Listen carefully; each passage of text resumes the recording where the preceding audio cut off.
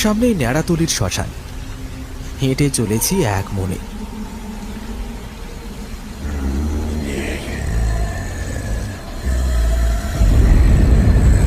হঠাৎ দেখলাম আমার থেকে অদূরে এক ব্যক্তি দাঁড়িয়ে আছে।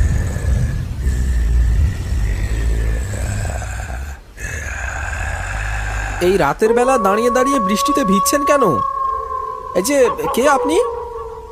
এই যে শুনছেন? আমি এগিয়ে যাই লোকটির কাছে। তারপর দেখি হঠাৎ করে যেন মানুষটি কোথাও উধাও হয়ে গেল। কি হলো? এই তো দেখলাম এইখানেই ছিল, কোথায় গেল? অন্ধকারে কি আমি ভুল দেখলাম? বৃষ্টিটা মোটামুটি থেমে গেছে। আমি নিজের চোখে যে এতটা ভুল দেখলাম এটা ভেবে আমার গাটা কেমন যেন শিউরে উঠল।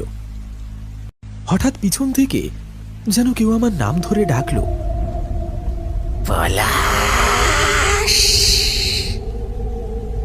এই পলাশ। কে কে ডাকছে আমায়? অজান্তেই আমার পুরো শরীর যেন কাঁটা দিয়ে উঠল। পিছন ফিরে দেখলাম সেই রিক্সাওয়ালা কাকু।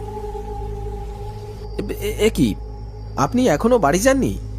এইভাবে আমার পিছু পিছু আসছেন কেন? আর আপনি আমার নাম জানলেন কিভাবে? আসলে দাদা বাবু, আমার পাওনা গন্ডা এখনো ভালোভাবে মেটেনি। আমি আপনার কাছ থেকে আরো কিছু চাই। তার মানে কি? কি বলতে চাইছেন আপনি? কি চান আপনি? বুকের ভেতরটা ধপাস ধপাস করছে।